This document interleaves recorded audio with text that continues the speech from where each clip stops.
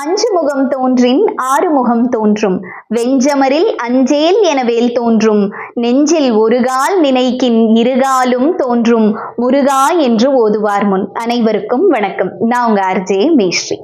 இந்த வருஷம் கந்தசஷ்டி விரதத்தின் 6 நாளும் முருகப்பெருமானின் அறுபடை வீடுகளை பத்தின தகவல்களையும் அதன் அற்புத சிறப்புகளையும் நம்ம தெரிஞ்சுக்க போறோம்.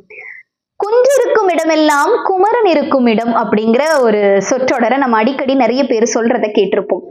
எங்க பார்த்தாலும் குன்றுகள் இருக்கு, அத்தனை இடங்கள்லையும் நம்மளுடைய முருகப்பெருமான் இருக்கும் பொழுது ஏன் இந்த 6 கோவில்களை மட்டும் 6 மலைகளை மட்டும் படை வீடுகளா சொல்றோம்? இது யார் சொன்னது நமக்கு அப்படின்னு பார்த்தோம்னா, 10 பாட்டுல ஆற்றுப்படை நூல்கள்னு இருக்கு. அதுல முதன்மையானது திருமுருகாற்றுப்படை.